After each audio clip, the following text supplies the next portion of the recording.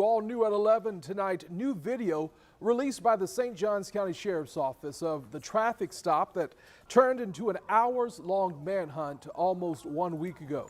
That manhunt ended with Tamal Bowe, a Bahamian fugitive, being captured by sheriff's deputies.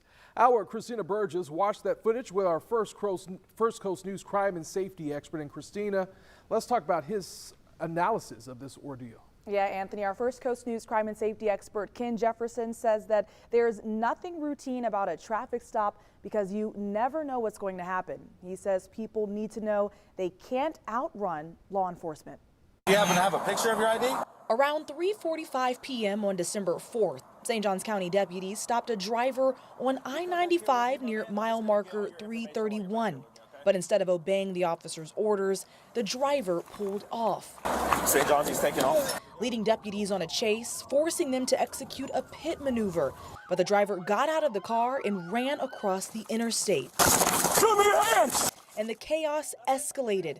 Deputies say he ended up stealing a van from a nearby business complex, continuing his attempt to run from law enforcement. On the west side of the train tracks, traveling on the gravel side. That's when the manhunt grew, with air and canine units assisting. The sheriff's office says 33-year-old Tamal Bowe was wanted for aggravated robbery in the Bahamas. He was later found in the woods and taken into custody.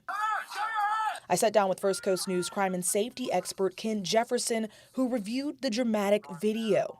This guy didn't look like he was nervous or scared. He looked like he had in his mind, I'm going to get out of here and I'm going to get away. Jefferson says people run for many reasons. They have a suspended driver's license, they have a warrant out for their arrest, or they don't want to interact with the police for whatever other reason there might be.